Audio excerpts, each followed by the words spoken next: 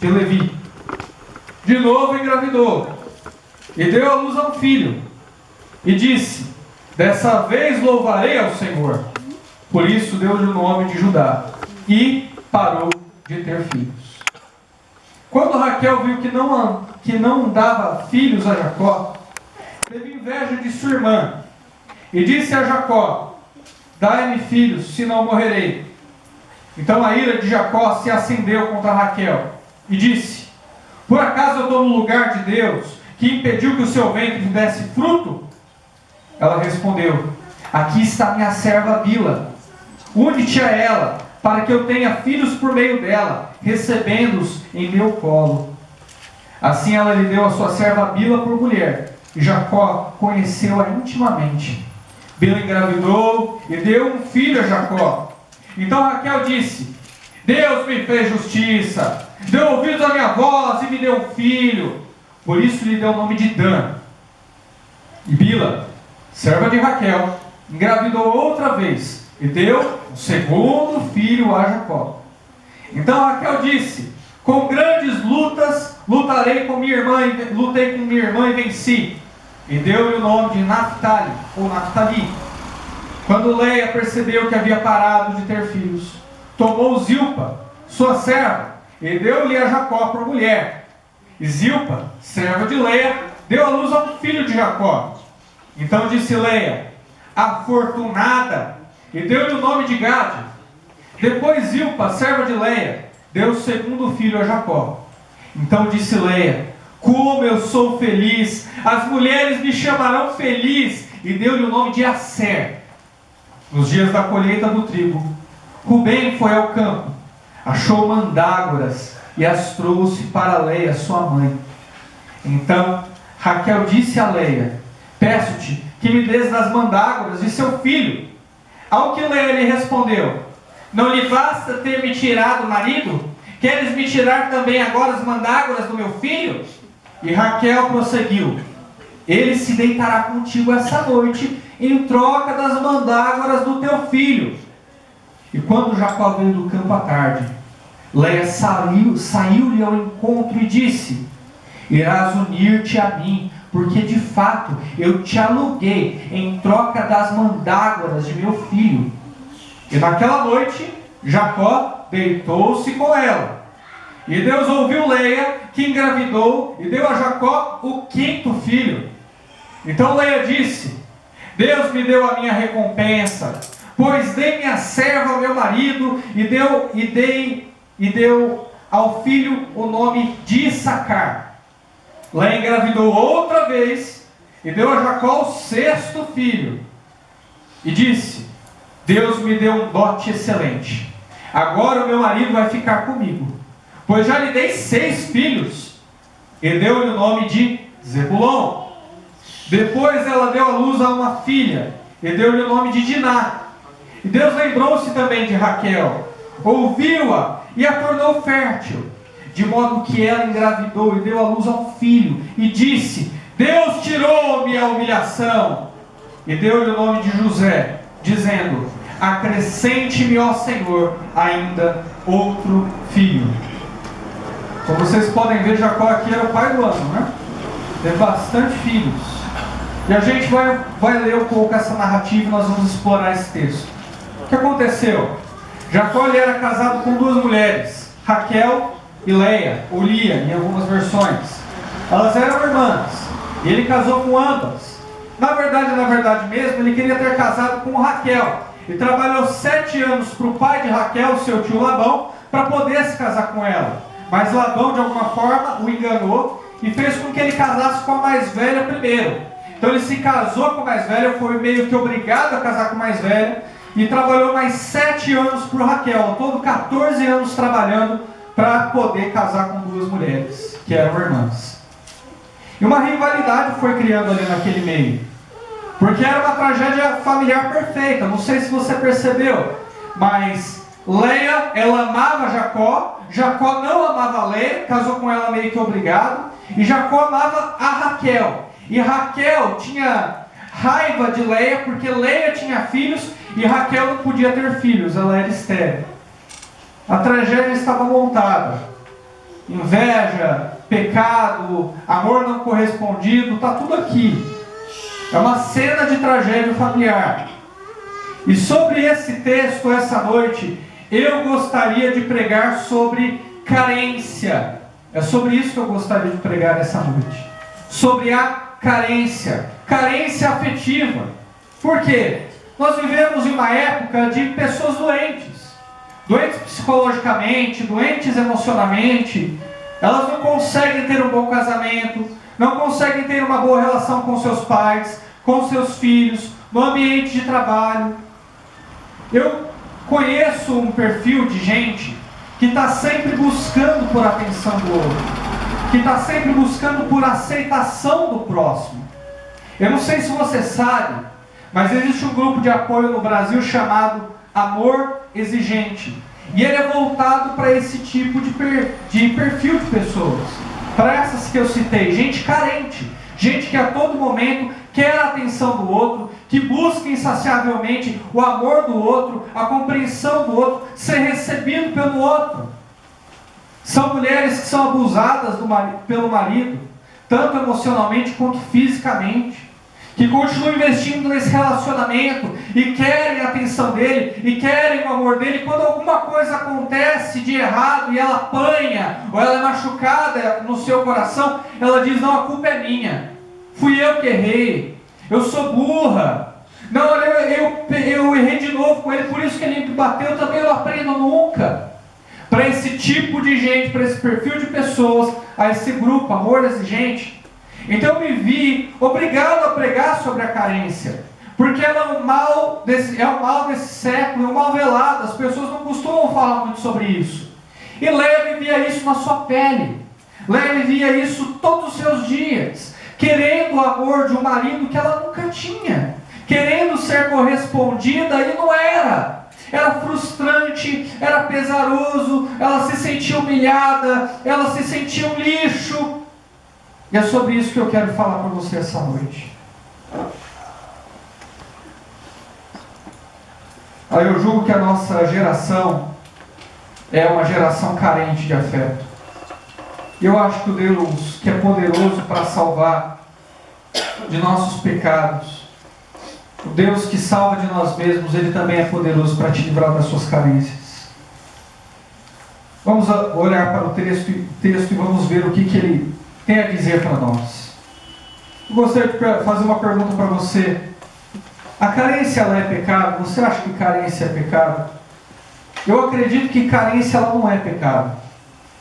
Eu vejo que todo ser humano, ele quer se sentir amado, ele quer se sentir acolhido de alguma forma. Pelos pais, pelos filhos, pelo outro. Então a carência, ela medida, ela não é pecado. Ela se torna pecado quando ela é exagerada. Quando você está doando muito mais do que aquilo que você está recebendo. Quando você fica frustrado e com medo porque você não é aceito pelo outro, ou não é aceito pelo grupo, por exemplo. Carência não se refere somente a uma relação de marido e esposa, mas também no ambiente de trabalho, que é a aceitação do chefe, que é a aceitação daquele grupo. Também são pessoas carentes. E eu sei que às vezes quando o pregador fala isso, ele pode ser altamente subjetivo, ele corre esse risco. Espera aí, pastor, tudo bem. Então agora eu estou preocupado essa manhã. Como é que eu sei que a minha carência é uma carência medida? E como é que eu sei que a minha carência é uma carência pecaminosa? É uma carência que está me levando a endeusar o outro, a endeusar o receber amor como a primeira coisa da minha vida. Como é que eu sei diferenciar uma da outra? Eu acho que eu fiz aqui uma espécie de quiz, uma série de perguntas que você pode aferir para saber se você é uma pessoa exageradamente carente ou se a sua carência está dentro daquilo que é normal de todo ser humano. Eu sei que já tem uns fortinhos aí no meio falando: o pastor está pregando para a mulherada aí hoje, né? O pastor está pregando para a mulherada, eu levanto no supino lá, meu, é 30 quilos, aqui eu não sou carente não. Mas carência também se refere a homens. Ou o homem não precisa ser amado, o homem também não precisa ser recebido. Larga de bobagem, todos nós vemos esse mundo para dar e receber amor. O verso 32 nos mostra a regra da carência, o caminho da carência. Buscar o ter para o ser a fim de receber. Você conseguiu? Você ganhou? Buscar o ter para o ser a fim de receber. Olha o verso de número 32. Leia engravidou e deu à luz a um filho, a quem o deu o nome de Rubem. Até aí. Olha que interessante. Leia e Raquel, elas não tinham filhos. E pelo menos ela já estava há 7 anos casada com Jacó até aqui. E ela ainda não tinha filhos. E ela pensava consigo, olha, o dia que eu tiver filhos, o meu marido vai me amar. O dia que eu tiver filhos, eu vou ser mãe. E quando eu for mãe, eu vou ser respeitada pelo meu marido e por essa sociedade. O que vai acontecer? Os olhos dele vão se voltar para mim. Essa é a regra da carência. Busca o ter para o ser a fim de receber. Acredita que não recebe amor porque não tem nada. E o dia que tiver, aquilo vai reafirmar a sua identidade. E quando reafirmar, então o grupo, o cônjuge, o pai ou os filhos vão olhar para ele. E não é assim que funciona. Léia se considerava inútil para o marido porque não tinha filhos. A mulher estéril, ela não tinha honra diante daquela sociedade. Então, de alguma forma, ela ligava e conectava o não ter filhos ao não receber amor. Mas agora ela era mãe. Agora ela tinha tido o primeiro filho. E agora ela tinha dignidade. Agora ela tinha valor. Pelo menos era assim que ela via, era assim que ela enxergava. E lá é o reflexo dessa sociedade que a gente está vivendo. As pessoas acreditam que quando tiverem uma empresa, vão ser empresários. E quando forem empresários, vão ser recebidos pela casta mais alta da sociedade. É o ter para o ser para então receber. Se eu tenho estilo, então eu sou bonito e recebo a paixão do mais gato da escola, da mais gata da escola. É a mesma lógica. Eu tenho estilo, eu não sou vista por ele, eu não sou visto por ela, porque eu não tenho estilo. O dia que eu tiver, o dia que eu pôr um brinco, o dia que eu pôr um cabelo mais moderno, uma roupa descolada, então eu vou ter estilo, eu vou ser uma pessoa legal e eu vou receber a atenção que eu preciso. É assim que a nossa sociedade pensa, eu estou mentindo? Esse pensamento é mais antigo do que a gente pensa. A nossa geração é uma geração que liga o ter com o ser. Liga o conquistar com o receber admiração. Agora eu te pergunto, existem ou não existem mulheres que não têm filhos e são mais mães do que muitas que têm filhos por aí? Ela não tem filhos, mas ela adota alguém, ela faz a diferença na vida de uma criança, ela cria uma criança sem nunca ter tido filhos dela. Ela não é mais mãe do que aquela que teve filho e abandonou? A gente conecta as coisas assim. A nossa carência faz a gente conectar as coisas assim. Mas isso não corresponde à realidade. Onde é que você tira os seus padrões de felicidade? Você não tem o carro, a casa, as joias, o cabelo? Ah, então você nunca vai achar ninguém legal. Ah, ela nunca vai olhar para você. Você não pode nem andar com a gente se você não tiver isso, se você não for assim. A carência vem para te informar. Se você tem, você é alguém de valor. E que se você não tem, você não é ninguém, você não é relevante. E a culpa acaba sendo sempre sua. Porque se você não recebe o amor, se você não recebe a aceitação que queria, é porque você ainda não tem. É porque você ainda não conquistou, é porque você ainda não conseguiu. Não, a culpa é minha. Eu preciso ter, eu preciso me encaixar, eu preciso receber. É essa ansiedade que o carente ele vive todos os dias. Dentro disso eu tenho a primeira pergunta para você. A pergunta que você precisa para se confrontar. Por que você tem ou quer ter? Por que você tem ou quer ter? É para ser aceito? É para ser amado? Essa é a carência pecaminosa. Já estou apontando ela para você. Já estou dando nome para a tua carência. E no final das contas, se você perceber aqui, Leia estava enganada. A sua carência fez errar. Ela deu um filho a Jacó e continuou vazia. E continuou sem receber aceitação. E continuou sem receber amor. Porque a carência mente para você. Não pense você que a carência é uma busca frenética para conseguir amor e aceitação apenas. Não pense assim não. Ela carrega um medo com isso. Ela carrega uma frustração. É a frustração de ser continuamente desprezada. É esse o medo e a frustração que ela carrega. Verso 33, a minha tese. A carência é a frustração de ser desprezado ou desprezada. Verso 33. Ela engravidou outra vez, deu luz a um filho e disse: porque o Senhor ouviu que eu era desprezada, deu-me também esse, e deu-lhe o nome de Simeão. Leia teve um filho e deu-lhe o nome de Simeão. O que quer dizer Simeão? Deus ouviu, é isso. Deus ouviu que eu era desprezada. Deus ouviu que o meu marido não tinha diálogo comigo. Deus ouviu que o meu marido só conversava comigo para me dar ordem. Deus ouviu os gritos que ele dava comigo na sala e no quarto. Deus ouviu.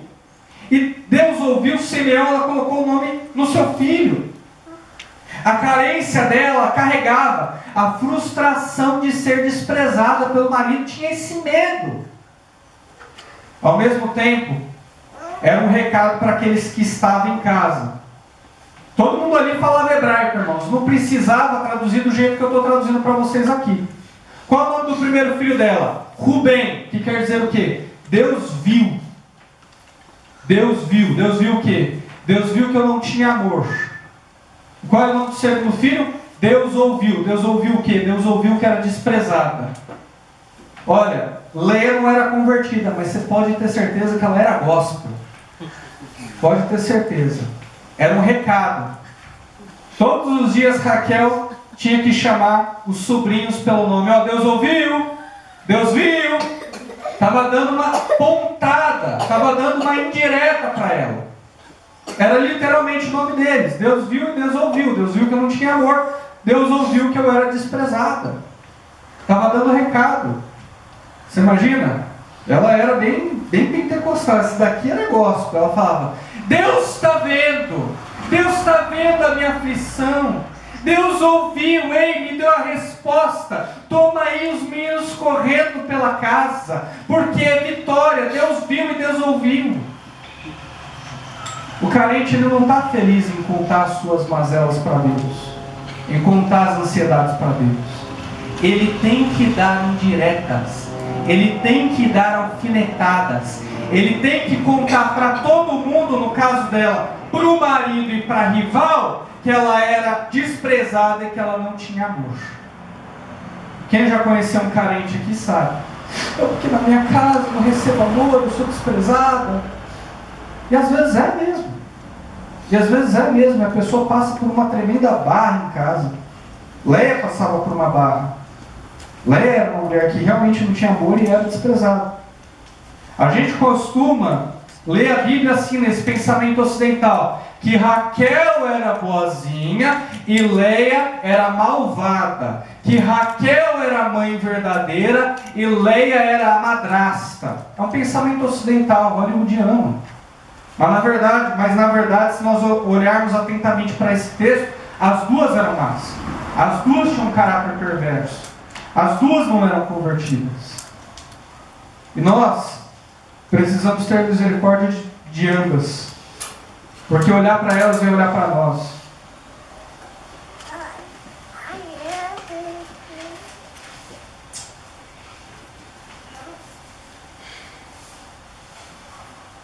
E aí eu pergunto para você, as coisas mudaram para ela porque ela teve o segundo filho?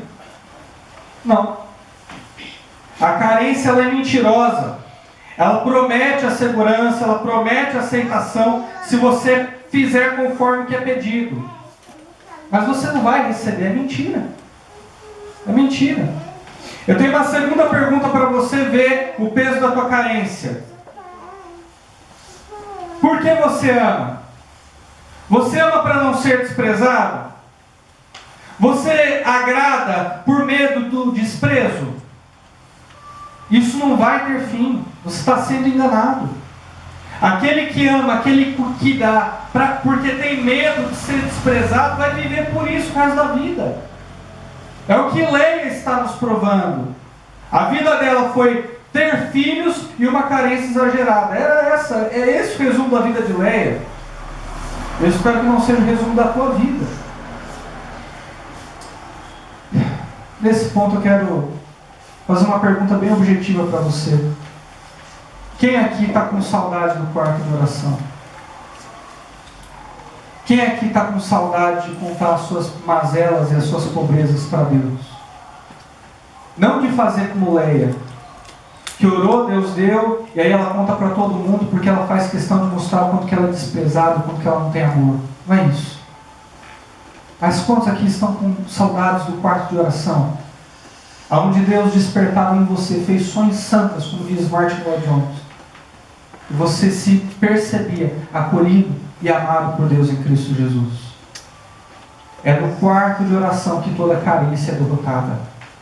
É no quarto de oração que toda carência é subjugada, subjugando a nossa carne. É ali. A carência se resolve em Deus. No quarto de oração. E quando você fala com Ele a respeito daquilo que você está sentindo, a respeito do seu vazio, quando você coloca diante dele, você não tem a necessidade de provocar ninguém. Você não tem a necessidade de falar com ninguém. Ou seja, você faz diferente de Leia.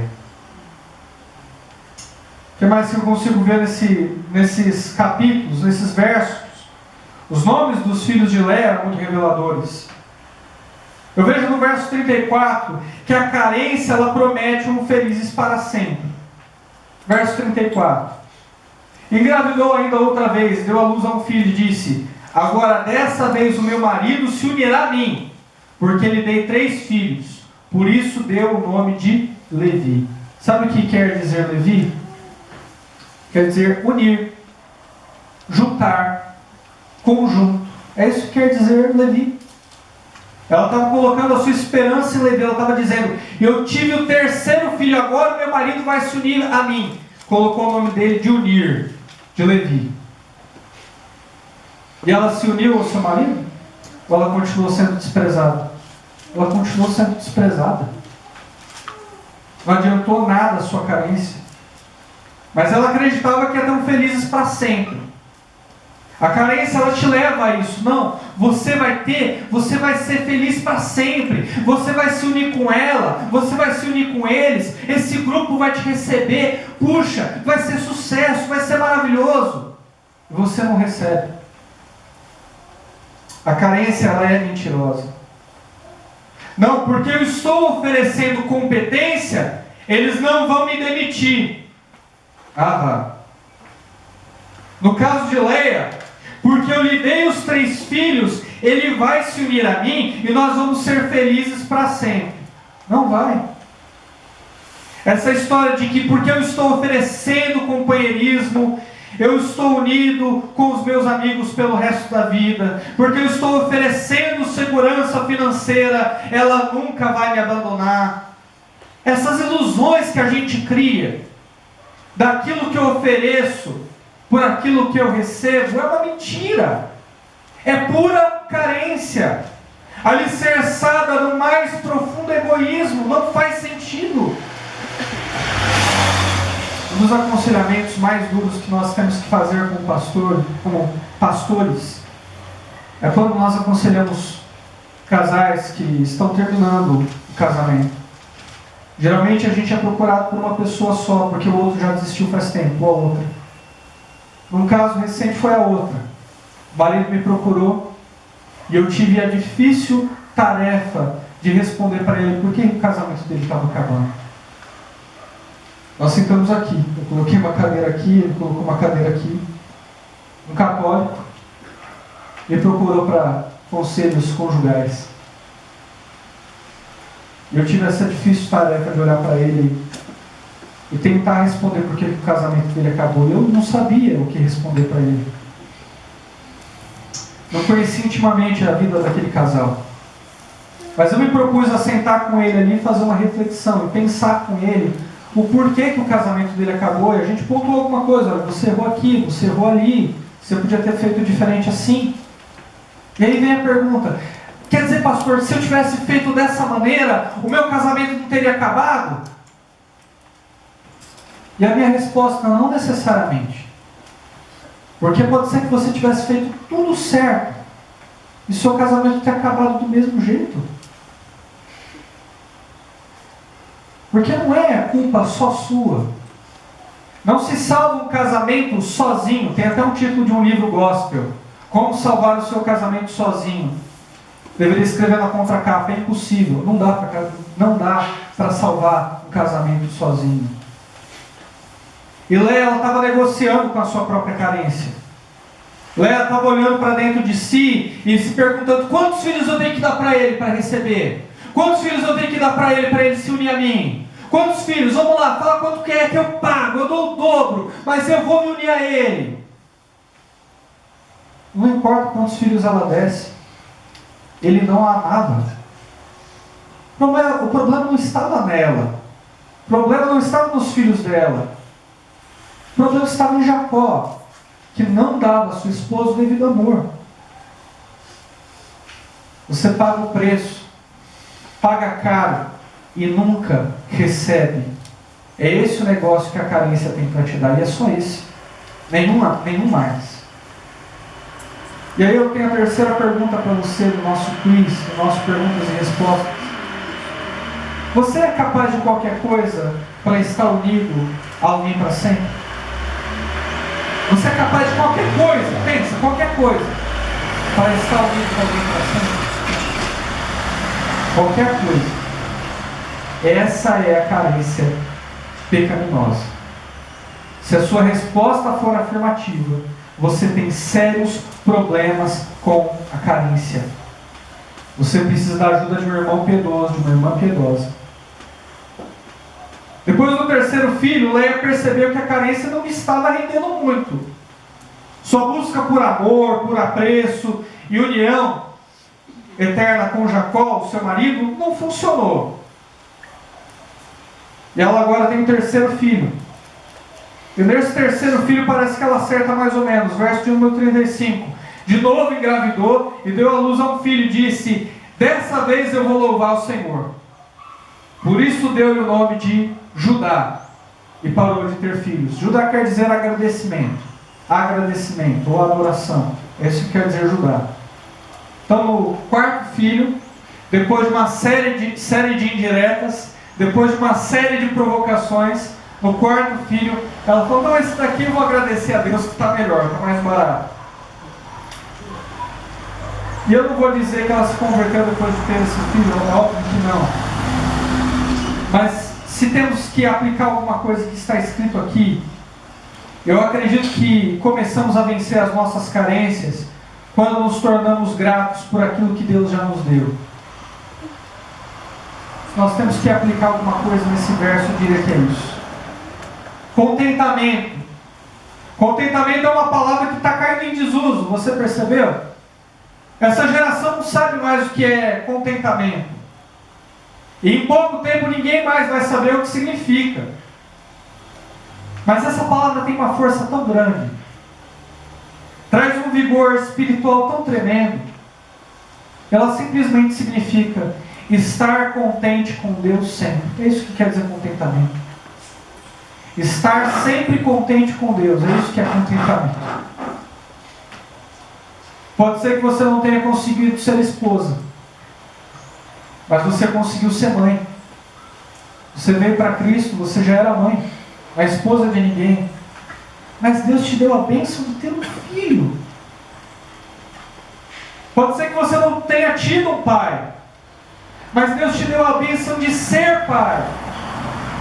Pode ser que você não tenha reconhecimento da casta mais alta dessa cidade, Mas você anda de cabeça erguida diante dos seus vizinhos. Não deve nada para nenhum deles. E todos olham para você e dizem, é uma pessoa de caráter, é uma pessoa de respeito. Pode ser que você não tenha ninguém, mas você é um legítimo servo do Senhor. Vamos pensar no pior, ninguém te ama. Não é verdade, não, mas vamos pensar no pior, ninguém te ama. Você é um legítimo servo do Senhor. Eu acredito que contentamento é o primeiro passo para vencer a carência.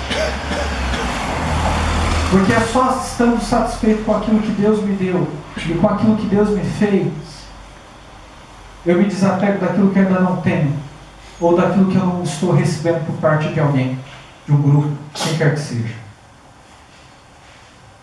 Não é uma pergunta para saber se você é um carente, mas é uma pergunta válida. Quando foi a última vez que você agradeceu a Deus por amar alguém? Quando foi que você agradeceu a Deus? Quando foi a última vez que você agradeceu a Deus por ser o amor de alguém? E mais importante, quando foi a última vez que você agradeceu a Deus por amá-lo? Por amar a Deus? Porque se Ele não tivesse vindo até você, tivesse criado disposição no seu coração, você não teria amado de volta. Não se esqueçam. Não se esqueçam quanto que a carência é nociva. Aprendam a ser gratos, irmãos. Aprendam a ser gratos.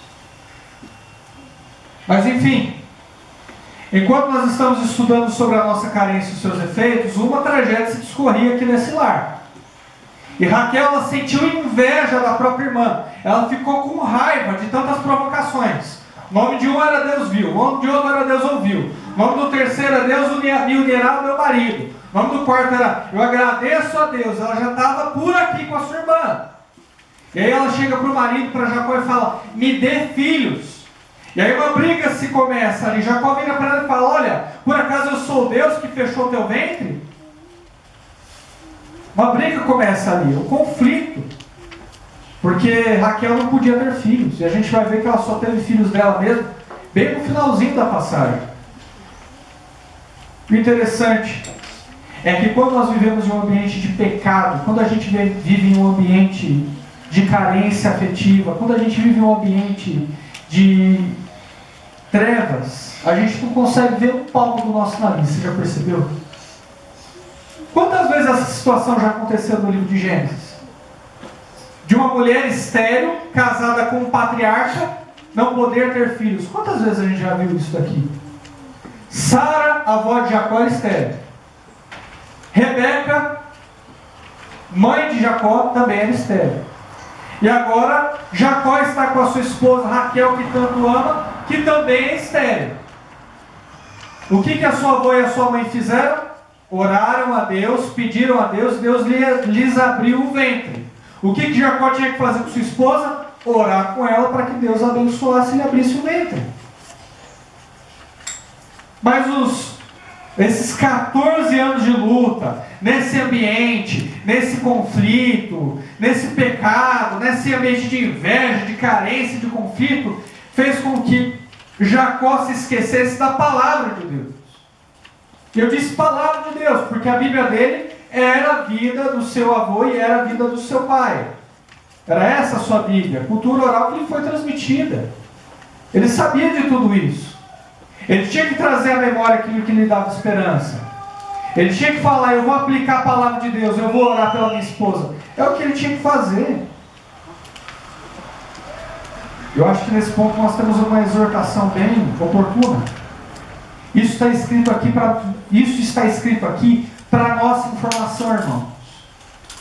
Mas se você quiser aplicar isso na sua vida, não se esqueça tão facilmente da palavra de Deus. Pegue esse sermão sobre carência e se confronte. Não confronte o outro. Porque eu sei que nesse ponto tem muita gente pensando, Deus está pregando para fulano aí.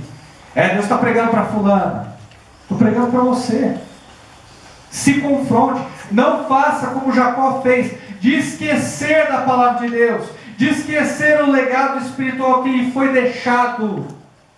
Não. E se os filhos de Leia tinham o seu nome para provocar, os filhos de Raquel eram as respostas às provocações. Olha o verso número 6. Raquel dá uma serva, olha só. De novo a história se repete, como Sara pegou Agar, a avó de Jacó, e deu a Abraão. Agora também Raquel faz a mesma coisa. Olha que ideia de jirico que ela teve. Verso 6.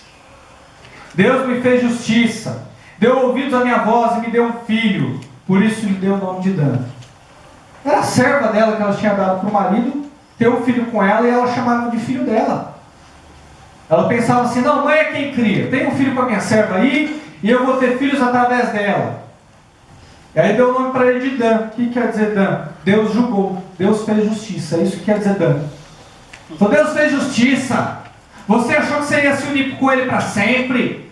Você achou que Deus estava ouvindo que você era desprezada, que não era amada? Pois Deus julgou a minha causa. Deus viu o conflito que eu tinha com a minha irmã e fez justiça. Deus julgou. E foi respondendo a irmã à medida que a sua serva tinha filhos. Virou uma competição, virou uma briga, virou uma luta. O nome do segundo filho, vamos ver, verso 8. Então Raquel disse, com grandes lutas lutei com a minha irmã e venci. E deu-lhe o nome de Naphtali. O que quer dizer Naphtali? Minha luta, venci a minha irmã. Eu não tive um, mas dois, eu ganhei. Virou uma competição, tá bom? Vendo quem tinha mais filho, quem agradava mais o marido. Esporte meio doido, eu confesso, mas está aqui. E nessa competição ela estava interessada em ganhar da sua irmã. Leia, vendo então que não podia ter mais filhos, ela quer sair na frente, quer retomar o seu lugar. Aí ela vê, e ela acha uma boa ideia que a sua irmã deu, né? A sua irmã deu a serva Bila. Ela fala assim, quer saber? Uma boa ideia essa. Já que eu não posso mais ter filho, eu vou dar minha serva Zilpa. Aí ela vai lá e dá Zilpa para Jacó. E aí Jacó tem mais 2 filhos com Zilpa, e eram considerados filhos de Leia. Verso de número 11. Então disse Leia, afortunada, e deu-lhe o nome de Gad. Verso de número 11. O que eu aprendo com o verso de número 11 pelo filho que ela teve? Que quer dizer afortunado ou afortunada. Eu acredito que a melhor tradução ainda seria sucesso. É isso que eu acredito. Que para Leia, a carência era sucesso. Viver daquela forma, competir para ver quem tinha mais filhos, competir para a aceitação do marido, que lutar para poder receber o seu amor, que aquilo era sucesso. E Leia, nesse ponto, eu não consigo ler o seu coração, mas eu entendo que ela não sabia mais o porquê queria ter filho. Ela tinha se acostumado àquela situação. Ela tinha se vendido às circunstâncias. Ela tinha quase queria mais. E a carência, ela é assim, irmãos, é uma busca alucinante por aceitação e é um vício insaciável. Em grupos de apoio no Brasil, o que se escuta das mulheres agredidas pelo marido, e que todas elas são unânimes em dizer, a culpa é minha. Quando o marido bebe e quebra tudo em casa, elas dizem, fui eu que errei. Ele não queria ter feito isso, mas eu provoquei. E algumas ainda dizem, eu já acostumei. Fica de olho roxo, fica banguela e diz assim, não, eu já acostumei. A carência, de alguma forma, ela sinaliza para essas mulheres de que aquilo é vida, de que aquilo é um estilo bom para se viver. Quando você percebe, você já está vivendo totalmente carente e está acostumado com aquela ansiedade, com aquela busca frenética por aceitação. Essa carência que se entrega sem medir esforços, que não tem reciprocidade. Sim, os filhos, eles são presentes do Senhor. Mas Leia, com esse filho, ela estava dizendo, eu não fui deixada para trás. Eu passei a dianteira. É assim que eu quero viver. Por isso que o nome do filho dela é riqueza, o sucesso. Viver para ser aceito é sucesso? Tem mais uma pergunta para você dentro do verso 11. Você faz loucuras para ser aceito? A culpa é sempre sua? Você se submete ao ridículo, ao vexame, à humilhação para receber afeto? Você está vivendo isso? Cuidado. Dá para encher 2 caminhões de areia com essa carência que você está sentindo aí. A Bíblia relata que para Zilpa, Leia teve ainda um outro filho chamado Aser. E a frase de Leia, ela evidencia muito o que ela estava querendo dizer com esse nome Aser, que quer dizer feliz ou felicidade. Verso de número 13. Então disse Leia: como eu sou feliz! As mulheres me chamarão feliz. E deu-lhe o nome de Aser, que quer dizer feliz. Leia era feliz? Leia não era feliz. Mas por ter muitos filhos, e uma mulher que tinha muitos filhos era tida como uma mulher de grande saúde e de prosperidade da parte de Deus, ela diz o seguinte: as outras vão olhar para mim e vão dizer que eu sou feliz, e vão ver o meu sucesso, e vão ver que eu estou bem. Deus está me colocando por cabeça e não por cauda. A carência ostenta uma falsa felicidade. É isso que eu consigo ver. Nenhum poço de carência pode ser feliz, irmãos. A carência, ela tem raízes profundas no egoísmo e na vaidade. É ali que ela se assenta. O problema não está no outro que não te dá. O problema está em você. Está vendo que como ela não conseguia receber a realização e o amor da parte de Jacó, ela parte para um grupo? Não, tudo bem, eu não tenho o amor do meu marido, mas pelo menos as outras vão olhar para mim e vão ver que eu sou feliz. O carente é egoísta. O carente é preocupado com a forma com que os outros olham para ele. Leia queria convencer os outros de algo que nem mesmo ela era convicta. Para se sentir bem consigo mesma, em nome da autoestima, ela teve filhos. O carente é um eterno egoísta, preocupado com como vão ver ele. O livro de Josh McDowell, Errado e Certo, tem um exemplo interessante sobre isso. Eles entrevistaram um adolescente que havia se deitado com um time de beisebol, de futebol americano, não lembro o esporte agora, mas havia se deitado com todos os jogadores, um adolescente. E aí perguntaram para ela: por que você fez isso? E ela disse assim: para me sentir amada. Eles me faziam me sentir amada. O carente é assim. Tudo vale em nome do se sentir bem. E se isso não é egoísmo, eu não sei o que é. Sinceramente não sei o que é. A disputa pelo coração de Jacó não acabou. Elas estavam já em guerra, elas eram rivais, elas eram irmãs, inimigas uma da outra. E certo dia Rubem, o mais velho, ele sai ao campo e ele pega mandrágoras, uma fruta bem especial, e ele leva para sua mãe Leia. Aí Raquel olha aquela situação e pede para ela, fala: olha, me dá um pouco das mandrágoras que o seu filho trouxe. Aí Leia vira para ele e fala: olha, você já me roubou o marido, agora quer me roubar as mandrágoras também?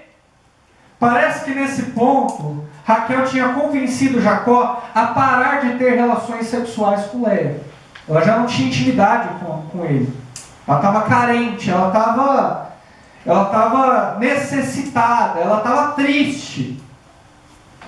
E aí Raquel fala: olha, se você me der as mandrágoras que seu filho trouxe, eu te dou uma noite com o nosso marido. Te dou uma noite com ele. E aí Leia pula de felicidade, porque a vida dela era o marido.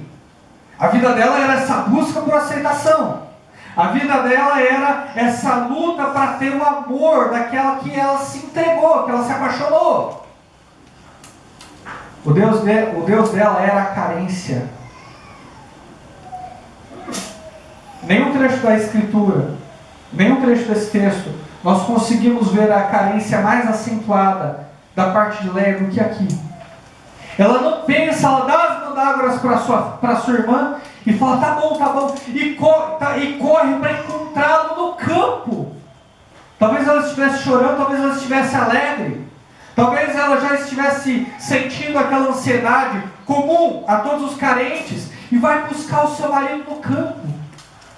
E tem o absurdo de dizer para ele: olha, eu te aluguei por algumas mandágoras, essa noite a noite é nossa, eu vou te fazer muito feliz, vai ser maravilhoso, ai como eu estou contente. Ela se sujeita a esse tipo de papel, ela se sujeita a alugar o próprio marido, esse tipo de coisa. É o carente.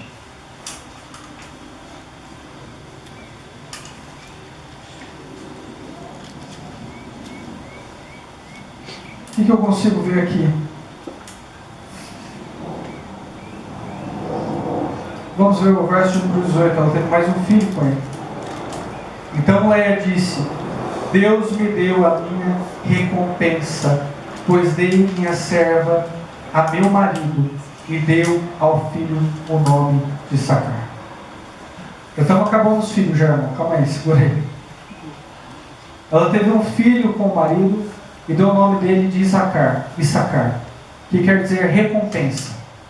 O que ela tinha pensado? Olha, Deus me honrou.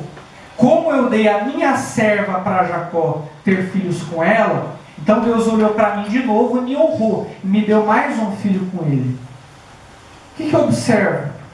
Que a carência, ela valida experiências carnais. A carência, ela faz isso. A carência valida o namoro de um homem crente com uma mulher ímpia.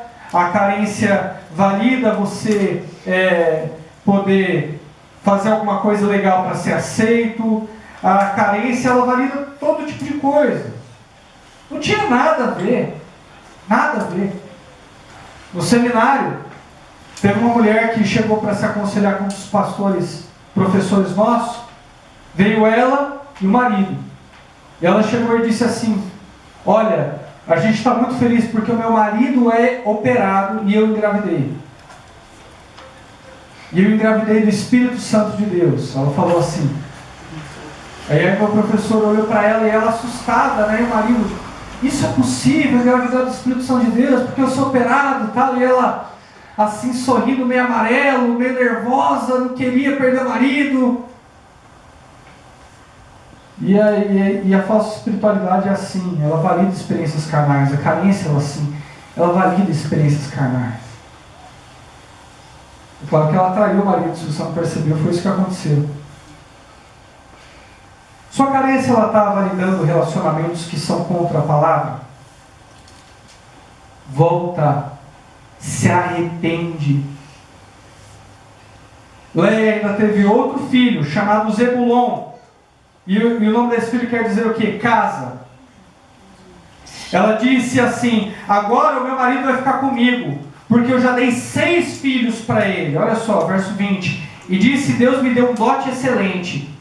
Agora meu marido vai ficar comigo, pois eu já lhe dei 6 filhos. E deu-lhe o nome de Zebulon, que quer dizer casa. Possivelmente, como ela tinha muitos filhos e as casas eram pequenas, ela já não morava mais na mesma casa que o marido.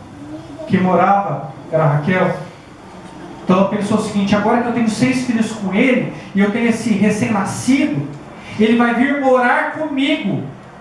Ele vai abandonar a casa da minha irmã e vai morar comigo. A gente vai vir na mesma casa, a gente vai ser felizes para sempre. E a carência, ela é assim, ela te ilude. Tudo que Leia queria era morar com ele. Tudo que Leia queria era um final feliz. Você acha que um dia você vai ser aceito? Você acha que um dia, de tanto que você investiu, ele vai olhar para você, ela vai olhar para você, esse grupo vai te aceitar? E não vai. Leia acreditou por anos que o seu marido ia amá-la, sem jamais conseguir isso. Ela deveria ter desistido de tentar. É isso que ela deveria ter feito. Não estou dizendo que ela deveria ter desistido do casamento, mas ela deveria ter desistido de tentar tocar no coração dele. Perceber que o problema estava com ele. Deveria ter desistido do problema de conquistá-lo. Deixar com que Deus suprisse a sua carência no quarto de oração. Era isso que ela deveria fazer. Eclesiastes, capítulo de número 3, fala que há tempo de persistir e que há tempo de desistir. Geralmente nesse meio louco, gospel que a gente vive, o pessoal sempre fala: persista, persista, continue, persevere, guerreie. Quem já ouviu isso aqui? E a gente sempre conecta que ser espiritual é persistir, que ser espiritual é insistir, que se eu estou desistindo, eu sou carnal, não sou espiritual. E a gente vai ter um problemão para lidar com Eclesiastes 3, que está dizendo que há tempos e fases na vida que a gente tem que insistir e há tempos e fases na vida que a gente tem que desistir. Às vezes a coisa mais espiritual a fazer é desistir. Se esse relacionamento não está sendo validado pelos princípios da palavra de Deus, mas movido pela sua mais profunda carência, desista desse relacionamento. Supra a sua carência no quarto de oração. Busque dele, você será feliz. Você está acorrentado por anos em um relacionamento abusivo? Você por anos tem se movido pela sua carência? Está na hora de desistir. Eu quero concluir essa mensagem. E eu vou concluir da única forma que dá para a gente concluir. Que o carente não tem esperança se não for em Cristo Jesus. Esse texto termina com José. Raquel finalmente teve um filho, José. E José, todos nós sabemos, ele é um tipo de Cristo. Traído pelos seus, vendido por moedas de prata, jogado no calabouço, depois vem e reacende para reinar. José é um tipo de Cristo. E como essa narrativa, cheia de pecado, carência, egoísmo, inveja, acaba em José, eu quero falar para você essa manhã que a tua carência também acaba em Jesus. O que você precisa é da profecia. Você não precisa de uma profecia. Eis que te digo essa manhã que receberás. Não é de uma profecia que você precisa. Você precisa da profecia. Você precisa de Jesus. Porque é Ele quem vai lavar suas carências para longe de você. É Ele quem vai lavar esse teu pecado. É Ele quem vai te fazer uma nova criatura. É Ele quem vai te tornar constante na oração. É Ele, irmão. A sua esperança está nele. É na profecia. Os patriarcas receberam aqui, pelo seu descendente, todas as nações da terra serão abençoadas. Isso inclui você.